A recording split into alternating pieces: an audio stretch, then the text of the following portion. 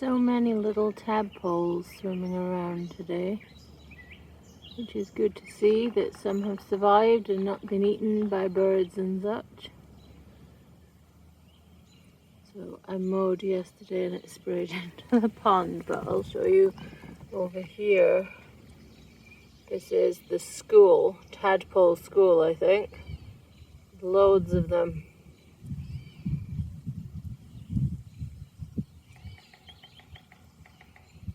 It's hard to see, but there are some really big ones that are either bullfrogs or toads, but they're out further on the pond, so I'll have to try and get a video of those someday. But yeah, all doing well.